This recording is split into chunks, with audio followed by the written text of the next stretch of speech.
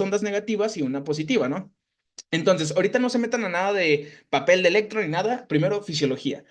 Entonces, esto es muy importante. ¿Cómo sucedía entonces el potencial de acción cardíaco en lo que es el miocardio? Pues bueno, los potenciales de acción suceden de esta siguiente manera. Déjenme agarro un plumón negro. De manera normal les digo entonces que se mantiene una energía basal en lo que es el miocardio. Normalmente la energía basal en el miocardio es de 65, menos 65 milivoltios, ¿vale? Entonces, esta energía, digamos que es cuando el corazón está relajado, no tiene ninguna contracción, está de alguna manera totalmente inhibido, ¿no? Ese corazón, totalmente. Pues bueno, llega un punto donde aquí esta electronegatividad se vuelve positiva. Y bueno, ¿por qué se vuelve positiva? ¿Por qué empieza a subir todo esto? Pues porque empieza a entrar un electrolito muy importante dentro de la célula. Ese electrolito que empieza a entrar es el sodio. El sodio se viene para acá adentro. Y el sodio, si se dan cuenta, es un catión que tiene carga positiva. Por ende, ¿qué es lo que va a suceder? Que la célula va a pasar de ser negativa a ser positiva. ¿Qué le va a pasar a lo que es esa energía que se encuentra dentro de la célula? Que va a pasar de ser negativa, menos 65 milivoltios, a pasar hasta ser 60, 70 milivoltios, ¿sale? Esa energía positiva, ¿qué le va a permitir a la célula? Una célula que se va a despolarizar. De hecho, este primer paso se conoce como la fase de despolarización. Despolarización. ¿Sale? Entonces, bien importante. En el electrocardiograma, esto algún día se los van a preguntar cuando sean internos, ¿sale? Esto se conoce como fase cero, la fase cero o la fase de despolarización. Después de esto, lo que sucede es que llega una espiga, ¿sale? Acuérdense que por mucho sodio que le metamos a la célula tiene un mecanismo de contrarregulación que lo que hace es que ya no le permite entrar más sodio hasta el punto en que llegó a su máximo, ¿vale? Es como llegó a su máximo, ya no puede entrar más sodio porque esto es lo que se permite regulado, ¿sale? Entonces llega a su máximo y crea esto que se llama espiga, ¿sale? Que es como una pequeña punta que se ve representada ahí. Ahorita les voy a explicar por qué se ve esa punta. Eventualmente, esa punta se vuelve más como una meseta. ¿Sale? Hasta aquí vamos, hasta la meseta. ¿Qué sucede en este momento? Pues bueno, en este momento, cuando llegamos a la espiga, se cierran lo que son los canales de sodio. Y como ya no entra más sodio, ¿qué es lo que sucede? Pues que básicamente ya no sigue aumentando el potencial de acción hacia arriba, sino que se queda hasta ese punto. Y inmediatamente se abren los canales de potasio, ¿sale? A este punto se abren los canales de potasio. El potasio es un catión, pero ese catión está dentro de la célula. Entonces, este catión empieza a fugarse hacia afuera, ¿sale? Empieza a salir. Como es carga positiva, ¿qué le va a pasar a lo que es esa energía? Que de ser positiva va a empezar a negativizarse, ¿sale? Ahora, ¿por qué sucede que aquí en este punto se quedó en meseta? O sea, se quedó como totalmente plano. Pues bueno, sucede porque a la par que se abren los de potasio, poquito tiempo después, de hecho no mucho tiempo, y ahorita vamos a explicar por qué pasa esto, se mete o se empieza a abrir canales que van a permitir la entrada de otro electrolito. ¿Alguien se acuerda qué electrolito se empieza a meter aquí? Y que es muy importante, es el electrolito responsable de generar la meseta cardíaca, cosa que ningún otro tejido tiene. Solamente el corazón tiene esta característica y es que en sus potenciales de acción tiene meseta. El electrolito, a ver, vamos a ver si contestaron. Ah, mendigos. Excelente, muy bien, Dani, muy bien, César, muy bien, Ángel. Exactamente, el calcio se empieza a meter. Acuérdense, cosa importante, cosa que nunca se les tiene que olvidar, el calcio es el responsable de generar la meseta cardíaca. Y ahora, ¿para qué sirve esta meseta cardíaca? Bueno, en este punto de la despolarización, tanto aurículas como ventrículos se despolarizaron. ¿Qué quiere decir? Que se contrajeron, ¿sale? Agarraron tanta energía, tuvieron tanta energía que expulsaron lo que fue toda la sangre de esas aurículas y esos ventrículos. Obviamente y sincrónicamente, podríamos decir que el primer tercio de lo que es la despolarización es aquí la contracción auricular y los otros dos tercios es la contracción ventricular. Ya cuando llega a su espiga, aquí ya se acabó la sístole, ¿vale? En ese punto ya se acabó la sístole tanto auricular como ventricular. Ahora, ¿por qué generamos esta meseta? Pues bueno, porque como sabemos, existe algo que se conoce como volumen sistólico, que básicamente, en otras palabras, es la fracción de eyección, o sea, la cantidad de sangre que sale en cada latido, ¿sale? Que aproximadamente en algo fisiológico tiene que ser de 50 a 70 mililitros. Pues bueno, el cuerpo humano tiene un mecanismo de defensa que básicamente le permite evacuar esa cantidad en suficiente cantidad.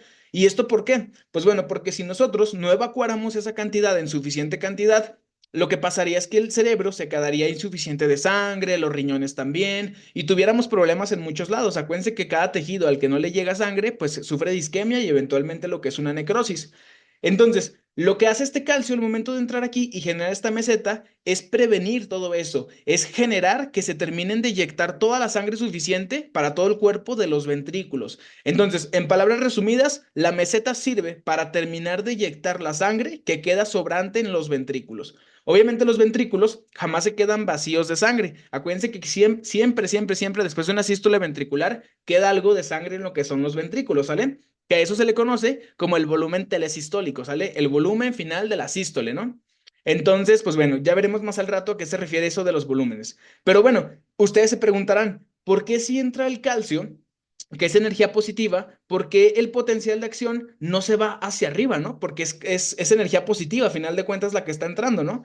Pues bueno, lo que pasa es que de la misma manera que está entrando el calcio, de la misma manera está saliendo otro electrolito. Y es ese mismo electrolito que está saliendo atrás, que es el potasio. Entonces se mantiene energía meseta porque tanto está entrando uno como está saliendo otro, ¿no? Por eso lo podemos mantener así en meseta.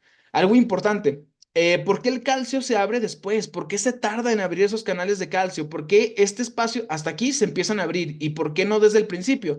Pues bueno, porque los canales de calcio que tenemos en las células cardíacas son canales de calcio tipo L, ¿sale? ¿Qué quiere decir? Tipo lentos, ¿sale? Entonces al principio se abre el potasio en chinga, se abre súper rápido, sale lo que es el potasio, energía positiva se empieza a fugar y eventualmente esos canales tipo L de calcio se empiezan a abrir, ¿sale? Ya cuando están abiertos completamente, pues obviamente ya generan lo que es la meseta, ¿vale? Esa es la razón de por qué se ve esta espiga en lo que es el potencial de acción cardíaco. Ahora, cosa muy importante, eventualmente los canales de calcio se empiezan a cerrar, los de potasio nunca se cierran, acuérdense de eso, desde la espiga hasta el final, los canales de potasio nunca se cierran. Entonces, ¿qué es lo que va a suceder? Se cierran lo que son los canales de calcio ya por completo a este nivel y se sigue fugando lo que es el potasio. Eventualmente, pues como se sigue fugando lo que es el potasio todavía, pues lo que va a suceder es que vamos a llevar la energía de positiva a negativa, ¿vale? Este proceso final de cuando sale lo que es el potasio, sale finalmente, se le conoce como repolarización, ¿sale? La fase de acá en medio es la fase de meseta, ¿sale? La fase de acá arriba se conoce como espiga, ¿sale? La espiga. Solamente hay dos tipos de tejidos que tienen espigas en sus potenciales de acción. El primero, el sistema nervioso, y el segundo, el tejido cardíaco, ¿no? La meseta sí es algo que solamente tiene el corazón. Y algo importante, la meseta, su duración es de 0.2 segundos. Si se fijan, es cuestión de nada lo que genera de meseta, es casi nada. Pero eso es suficiente para terminar de evacuar la sangre sobrante en lo que es el miocardio para que pues logre completar ese volumen completo, ¿no? Esa fracción de eyección completa. Entonces les digo, es un mecanismo de seguridad para vaciar lo que son los ventrículos en la cantidad que se tengan que vaciar según las necesidades del cuerpo, ¿no? Eventualmente, lo que es el potencial de acción llega a lo que es su estado basal y de nuevo pasa lo mismo. Viene otro latido y de nuevo se empieza a meter el sodio, tenemos la espiga, se hace la meseta, se baja lo que es el potencial de acción por la repolarización y pasa todo este momento así. Ahora les van a preguntar seguramente la cuestión de las fases. Acuérdense de esto. La despolarización, que es cuando entra el sodio, déjense los pongo acá, es fase cero, ¿sale? Esto apúntenlo porque se los van a preguntar alguna vez en la vida. Fase cero entonces es la despolarización. La fase de la espiga, ¿sale? Es la fase uno. Fase uno es la espiga. O sea, el punto máximo, aquí arriba, ¿sale? Esa es la fase uno. La fase 2 es la meseta. Y que sería esta parte de acá, ¿no? Aquí. Y luego la fase 3 que sería la última, es la repolarización. ¿Salen? Entonces, apréndanse esto de las fases es muy importante. Y ahí les va por qué todo este contexto tan grande y todo esto. Pues bueno, el electrocardiograma funciona de la misma manera, solamente que de alguna manera aquí lo estamos viendo con potenciales de acción y lo que es en el electrocardiograma lo vamos a ver con otro tipo de líneas, que obviamente son líneas específicas del electro, ¿no? Ahorita lo vamos a ver en representación cómo es que se ve eso. Y otra cosa muy importante y que también quiero que se aprendan, si entienden esto, van a entender cómo funcionan los medicamentos que funcionan como antiarrítmicos, ¿sale? Hay medicamentos que se centran en funcionar en la fase cero, hay medicamentos que se centran en funcionar en la fase 2 y otros que funcionan en la fase 3. Y ahí les va. Los antiarrítmicos que existen, antiarrítmicos, son de 4 clases. Tenemos la clase uno. Esto nomás apúntenlo así rápido, lo vamos a explicar mejor en la siguiente clase. Los clase 2, los clase 3 y tenemos los clase 4. Fíjense, los clase uno son los antiarrítmicos que lo que hacen es que bloquean el sodio, ¿sale? El sodio. Los clase 2 son los antiarrítmicos que son los beta bloqueadores, el metoprolol, el carvedilol, ¿sale? Todos esos, el esmolol. Los clase 3 son los prolongadores del periodo refractario o que bloquean los canales de potasio, porque lo que ocasiona el periodo refractario, tanto el relativo como el absoluto, es el potasio. Y los clase 4 son los bloqueadores de canales de calcio, ¿sale? Los bloqueadores de canales de calcio, tanto los dihidropiridínicos como los no dihidropiridínicos. Entonces, bien importante, fíjense esto, los clase 1 actúan en la fase 1, en la fase 0, perdón, ¿sale? Que es la fase de despolarización. Los clase 2, que son los beta bloqueadores, son los únicos que no como tal tienen una función dentro de esta parte, porque acuérdense que funcionan en receptores adrenérgicos, que es distinto, ¿no? Y los clase 3 actúan en el potasio, por ende actúan en la fase 3, ¿sale? Y los clase 4 que actúan en los canales de calcio, actúan en la fase 2, ¿sale? Entonces ya se dieron cuenta cómo solamente con fisiología podemos ver cómo funciona un antiarrítmico, cómo es que el corazón, pues literalmente hace toda su dinámica cardíaca para poder generar potenciales de acción, ¿no? Entonces, bien importante que no se les vaya a olvidar, existen estas 3 fases y se podría decir que la fase 4 es la fase basal, ¿sale? O sea, cuando estamos en basal, en menos 65 que les decía al principio, esa es como la fase basal, ¿sale?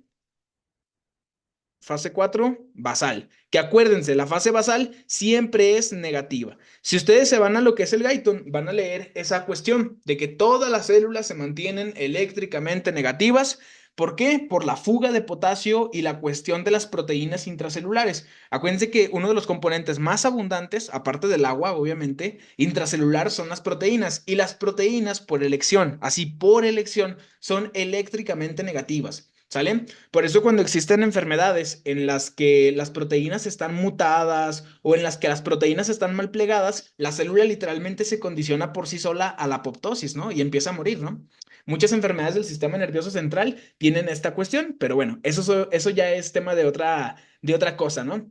Entonces, de todo esto que acabamos de explicar, dudas, preguntas, ¿entendieron bien cómo se lleva la despolarización? ¿Qué es la espiga? ¿Qué es la meseta? ¿Entendieron qué es la repolarización? ¿Cómo funcionan los antiarrítmicos? Obviamente